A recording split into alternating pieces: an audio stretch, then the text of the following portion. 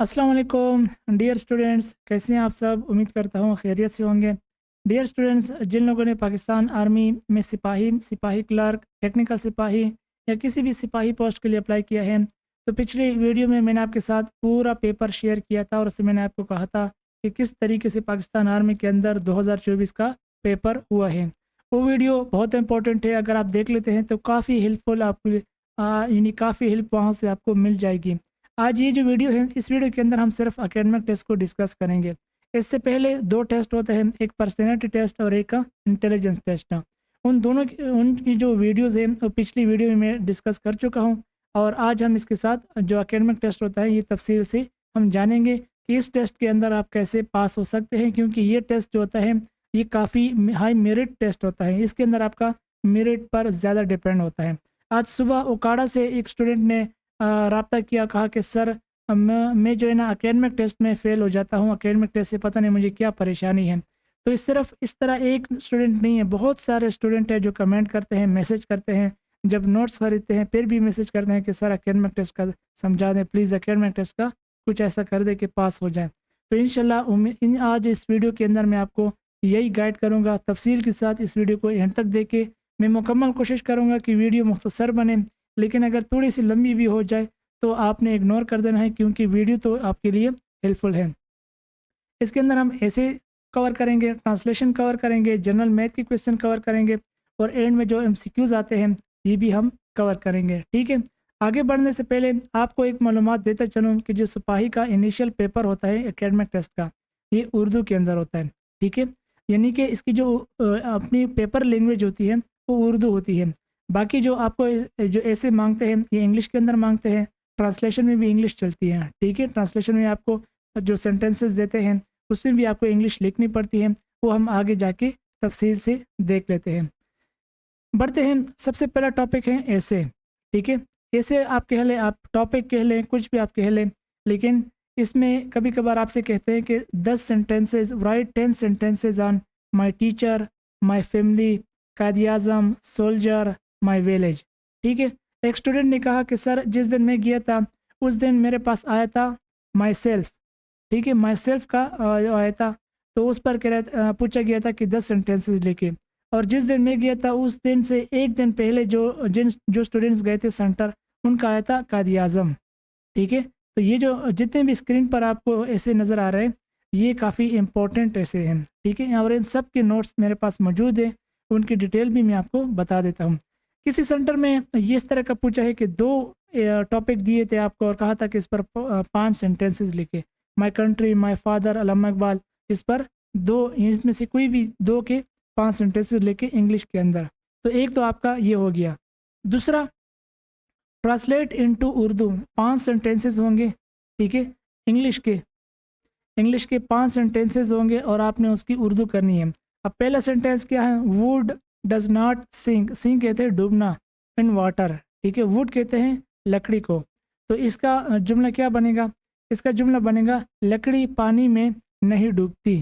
ठीक है, simple sentence है, सिंपल प्रेजेंट टेंस का ये सेंटेंस है। दूसरा देख ले, द गार्डनर, गार्डनर कहते हैं माली को, बागबान जो होता है। ठीक है, विल वाटर, वाटर कहते हैं पानी देना, प्लांट्स पौधों को कहते हैं। तो माली पौधों को पानी देगा। ठीक है, ये जो विल है ना ये फ्यूचर टेंस बता रहा है, माली पौधों को पानी देगा, ये हो गया। तीसरा देख लेते हैं, दे डिड नॉट। ठीक है, डिड नॉट एक्सेप्ट और इनविटेशन, इनविटेशन कहते हैं दावत को, एक्सेप्ट कहता है तस्लीम करना। तो इसका ट्रांसलेशन बनेगा, उन्होंने हमारी दावत कबूल न की। ठीक है, उन्होंने हमारी दावत कबूल न की या नहीं की, आप लिख सकते हो दोनों तरीके से।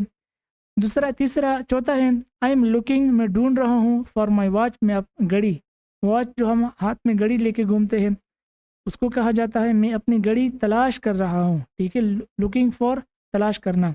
God helps those who help themselves, ये इडियम है और इसकी जो उर्दू है वो इस तरह है कि खुदा उनकी मदद करता है जो अपनी मदद आप करते हैं। ठीक है, इस तरीके से क्वेश्चन आते हैं। नेक्स्ट, ट्रांसलेट इनटू इंग्लिश, फिर 5 जुमले दिए होते हैं उर्दू के और उसके आपने अंग्रेज़ी बनानी होती है। हम हर रोज़ अखबार पढ़ते हैं, अखबार के लिए न्यूज़पेपर, पढ़ने के लिए रीड आप इस्तेमाल कर सकते हैं, ठीक है।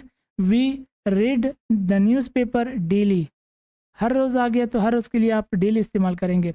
क्या तमाम सवाल मुश्किल थे? यहाँ पर क्वेश्चन था और पास्ट जो टेंस है उसका इंटरोगेटिव क्वेश्चन है। Were all the questions difficult, ये इसकी ट्रांसलेशन हो गई। ये मैच कराची में खेला जाएगा, फ्यूचर का यानी जुमला है और इसके लिए हम इस्तेमाल करेंगे this match will be played at Karachi. अब बारिश हो रही होगी, it will be raining now.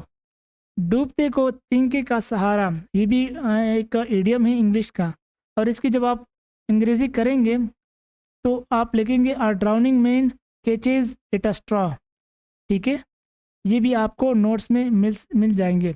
अच्छा, 2 क्वेश्चन हो गए, 5 नंबर इसके होते हैं आई थिंक, 5 नंबर जो पिछला मैंने ट्रांसलेशन सिखाया इंग्लिश के अंदर, तो 5 नंबर उसके होते हैं। 10 नंबर आई थिंक जो ऐसे होता है उसके होते हैं, ठीक है।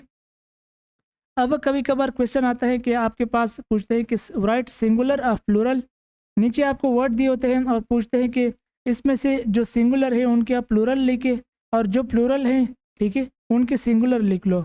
अब ये देख लें, इसमें से डिस्क जो है ये क्या है, ये सिंगुलर है, हमने क्या करना है, इसका प्लूरल लिखना है, तो क्या हो जाएगा, डिस्क हो जाएगा, आखिर में एस लिख देंगे। फिर वेव्स है, वेव्स क्या है, वेव्स प्लूरल है, इसका हमने सिंगुलर लिखना है। वेव्स कहते हैं वाइफ के प्लूरल वर्ड को, ठीक है। फिर है टॉय, टॉय सिंगुलर है, इसका हम प्लूरल लिख देते हैं टॉयज़, एस लगा देंगे।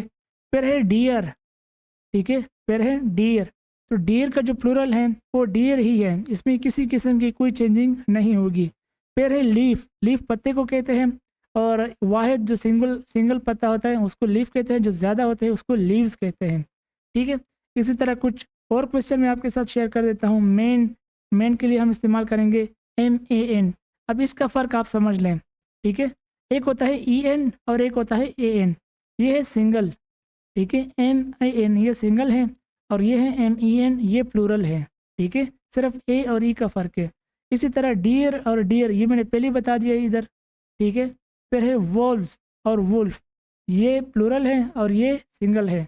बॉक्स सिंगल है, बॉक्सेस प्लूरल हैं, बॉटल्स प्लूरल हैं, बॉटल सिंगल है। तो ये भी आप जो है ना प्रैक्टिस इसकी कर सकते हैं। इसके बाद जो क्वेश्चन आते हैं 2024 के अंदर, पहले इस तरह के क्वेश्चन कम आए थे, अब आएंगे। अब जो है ना इसमें आपको वर्ड दिए हैं, ठीक है, ये देखिए स्क्रीन पर आपको नज़र आ रहे हैं और पूछा क्या है कि चूज़ द जेंडर, इसके आगे आपने लिखना है कि इसकी जेंडर क्या है, ये मैस्कुलिन है या फेमिनिन है। तो पहला है ब्राइड ग्रूम, ब्राइड ग्रूम कहा जाता है दूल्हा को, ठीक है, जो मर्द दूल्हा होता है उसको कहा जाता है और उसके लिए हम क्या इस्तेमाल करेंगे, मैस्कुलिन। फिर है हैंड, हैंड कहते हैं हेरनी को, ठीक है, हेरन की जो मादा होती है उसको कहते हैं और ये फेमिनिन है। विच, विच कहते हैं जो जादूगरनी की जो फीमेल है ना उसको विच कहते हैं, जादूगरनी, फेमिनिन इस्तेमाल होगा। हंटर के लिए हम मैस्कुलिन इस्तेमाल करेंगे, जो मर्द शिकारी होता है। मैडम, मैडम साहिबा जो मैं पढ़ाती है स्कूल में, जो बच्चों को पढ़ाती है, उसके लिए हम इस्तेमाल करेंगे फेमिनिन। फिर इस तरफ बढ़ते हैं वेटर, वेटर के लिए हम मैस्कुलिन इस्तेमाल करेंगे। बी, अब बी जो शहद की मक्खी होती है उसको कहा जाता है, ठीक है, और मक्खी क्या है, मक्खी फीमेल है, ठीक है। और इसका जो मर्द हैं, जो सरदार जैसे हम कहते हैं, उसको उसको कहते हैं ड्रोन, ठीक है। अब यहाँ पर तो बी का लफ्ज़ है, तो बी के लिए हम क्या इस्तेमाल करेंगे, फेमिनिन। इसके बाद आता है कुक, मुर्गा, मुर्गा जो होता है उसके लिए इस्तेमाल करेंगे मैस्कुलिन। फिर ब्रदर, ब्रदर के लिए भी हम मैस्कुलिन इस्तेमाल करेंगे। फिर है क्वीन, मलका, इसके लिए भी हम फेमिनिन इस्तेमाल करेंगे। तो आई होप ये भी आपको समझ में आ गया होगा, ठीक है। ये भी आपका 10 नंबर का आई थिंक ये क्वेश्चन होता है।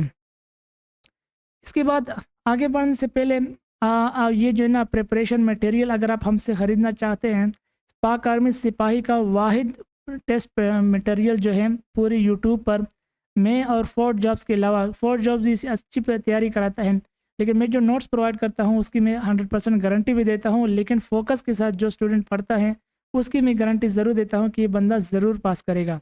ट्रेड टेस्ट, क्लर्क का, टेक्निकल का, इसकी भी नोट्स अवेलेबल है, कंप्लीट PDF में प्रोवाइड करता हूँ। और इसके अलावा टेक्निकल टेस्ट के जो नोट्स होते हैं उसकी इन्फॉर्मेशन देता हूँ। इंटेलिजेंस टेस्ट की पूरी बुक आपको प्रोवाइड करूँगा और ये बुक उर्दू में होगी, इंग्लिश में नहीं होगी, ठीक है। पूरे यूट्यूब पर अगर आप सर्च कर लेते हैं, किसी के पास इस तरह की उर्दू में किताब नहीं होगी। खुद की जो नोट्स की किताब होती हैं वो आपके साथ शेयर करूँगा। उर्दू के अंदर होगी किताब और इस पर वर्बल भी होंगे, नॉन वर्बल भी होंगे, और 1000% कह सकता हूँ कि उस बुक से आपका जो इंटेलिजेंस टेस्ट है पास होगा। इसके साथ साथ जो पर्सनैलिटी टेस्ट की फ़ाइल होती है, 2 PDF फाइल, ये भी आपको मैं प्रोवाइड करूँगा। प्रैक्टिस MCQs होंगी जो मैंने खुद टाइप की है। ऐसे टॉपिक 10-12 जो पहले स्लाइड में मैंने आपको दिखाया वो भी आपको मिलेंगे, और इसके अलावा भी बहुत सारे ऐसे टॉपिक्स हैं जो मैं आपको प्रोवाइड करूँगा। तो ये अगर आप ख़रीदना चाहते हैं व्हाट्सएप पर रब्ता कर सकते हैं। ये नंबर है, 250 रुपये इसकी कीमत है। ठीक है, नेक्स्ट बढ़ते हैं। जो अगला सवाल आता है पेपर के अंदर वो होता है जनरल मैथ का। ठीक है, जनरल मैथ में इतना मुश्किल नहीं होता, मंदरजा जैसे सवाल हल करें। पहले आपसे मांगते हैं, ये देखिए, ये डेसिमल एडिशन, इस तरह पॉइंट लिख रहे हैं ना, इसको आपने ऐड करना है। कभी इस तरह क्वेश्चन आता है, कभी आता है कि कसरी इशारिया में लिखे 7 लिखा, नीचे 4 लिखा, 4 को 7 से डिवाइड कर दे तो आंसर जो आएगा पॉइंट में आएगा, वो आंसर आपने लिखना है। इसके अलावा कभी कभार इस तरह क्वेश्चन आता है अलजेब्रिक जो मल्टीप्लिकेशन होती हैं, इसके अलावा ये भी उससे ऊपर वाले से सेम है। फिर कभी कभार इस तरह क्वेश्चन आते हैं कि हल करें। ठीक है, तो ये इसका हल करना भी इंतहाई आसान है, ऊपर का ऊपर से, नीचे का नीचे से। तो इसके अलावा कभी कभार पूछते हैं कि अगर 1 दर्जन माल्टे की कीमत या जो केले की कीमत 17 रुपये हो तो 5 दर्जन कितने के होंगे। इस तरह के कभी कभार क्वेश्चन आते हैं। ठीक है, अभी आखिर में जो क्वेश्चन पूछे जाते हैं उसके अंदर इस्लामियात और पाकिस्तान स्टडी और जनरल नॉलेज के 1-2 क्वेश्चन होते हैं, वो उर्दू के अंदर होते हैं इस तरीके से। निकाह के वक़्त हज़रत खदीजा रज़ी अल्लाह अन्हा की उम्र कितनी थी? 40 साल थी। ऑप्शन सी दुरुस्त जवाब है। तिजारती सामान लेकर आप सल्लल्लाहु अलैहि वसल्लम ने किस मुल्क का सफ़र किया? शाम का सफ़र किया था। ऑप्शन डी करेक्ट जवाब है। फिर है, नबी पाक सल्लल्लाहु अलैहि वसल्लम ने कुल कितने उम्रे किए? हज 1 किया है और उम्रे 4 किए हैं। ठीक है, ऑप्शन ए करेक्ट आंसर है। ग़ज़वे ओहद किस हिजरी को पेश आया था? ग़ज़वे ओहद हिजरत के 3रे साल हुआ था, तो ऑप्शन बी करेक्ट आंसर होगा। मुअज़्ज़िन रसूल किस सहाबी को कहते हैं? मुअज़्ज़िन रसूल कहते हैं हज़रत बिलाल रज़ियल्लाहु ताला अन्हु को। अबुल बशर किस पैगम्बर को कहा जाता है? अबुल बशर हज़रत आदम अलैहिस्सलाम को कहा जाता है। ऑप्शन बी करेक्ट आंसर है। पाकिस्तान और अफ़गानिस्तान के दरमियान सरहद को क्या कहते हैं? वो डैश ड्रेवन लाइन कहते हैं। ठीक है, पाकिस्तान और अफ़गानिस्तान के दरमियान जो बॉर्डर लगता है उसको ड्रेवन लाइन कहा जाता है। पाकिस्तान का आबादी के लिहाज से सबसे बड़ा सूबा कौन सा है? पंजाब है। ठीक है, आबादी के लिहाज से सबसे बड़ा सूबा कौन सा है? पंजाब है। और अगर पूछा जाए कि आबादी के लिहाज से सबसे छोटा सूबा कौन सा है, तो फिर बलूचिस्तान है आई थिंक। ठीक है, और अगर पूछा जाए कि रकबा के लिहाज से सबसे छोटा सूबा कौन सा है, तो वो खैबर पख्तूनख्वा है, खैबर रकबा के लिहाज से। ठीक है, और अगर पूछा जाए कि रकबा के लिहाज से सबसे बड़ा सूबा कौन सा है, तो बलूचिस्तान है। ठीक है, दुरुस्त जवाब का इंतखाब करें। कायद-ए-आज़म ने इंडियन कांग्रेस में कब शमूलियत की थी? इंडियन कांग्रेस में, मुस्लिम लीग से पहले आप इंडियन कांग्रेस में थे, जो पार्टी थी उसमें आप 1906 में शामिल हुए थे। फिर है, करारदाद लाहौर कब पेश हुई थी? करारदाद लाहौर पेश हुई थी 23 मार्च 1940 को। ऑप्शन बी करेक्ट आंसर होगा। पाकिस्तान के मौजूदा वज़ीर दिफ़ा का नाम बताएं। वज़ीर दिफ़ा 4 ऑप्शन है, ख्वाजा आसिफ इसका दुरुस्त जवाब है। अगर आप ये वीडियो 2025-26 में देख रहे हैं तो उसमें आपने इस क्वेश्चन को गूगल से सर्च करके कंफर्म करना है। ठीक है, सूबे बलूचिस्तान के कुल कितने अजला हैं? ये जो मैं वीडियो बना रहा हूँ इस वक्त 27 सितंबर 2024 है, और आज के दिन तक सूबे बलूचिस्तान के जो अजला हैं वो 36 हैं। ठीक है, तो ऑप्शन सी करेक्ट आंसर है। अफ़गानिस्तान के दारुल खिलाफा का नाम बताया। अफ़गानिस्तान का दारुल खिलाफा काबुल है। यौम तकबीर कब मनाया जाता है? यौम तकबीर मनाया जाता है हर साल 28 मई को। ठीक है, फिर है, पाकिस्तान की दूसरी बड़ी चोटी का नाम बताएं। पहली चोटी कौन सी है? K2 है। दूसरी चोटी है नांगा पर्वत। दुरुस्त जवाब है ऑप्शन डी। सूबे बलूचिस्तान के कुल कितने अजला हैं? ये मैंने पहले क्वेश्चन गुजर गया है। ऑप्शन सी इसका दुरुस्त जवाब है। इसके बाद है, पाकिस्तान आर्मी का हेडक्वार्टर किस शहर में वाक़ है? पाकिस्तान आर्मी का हेडक्वार्टर है रावलपिंडी के अंदर। ठीक है, इस्लामाबाद के अंदर नहीं है। बाज़ लोग समझते हैं रावलपिंडी इस्लामाबाद एक ही है, नहीं, ये एक नहीं है, अलग अलग है। पाकिस्तान का तीसरा आइन कब नाफिज हुआ है? पाकिस्तान का तीसरा आइन नाफिज हुआ है 14 अगस्त 1973 को। ऑप्शन सी करेक्ट आंसर है।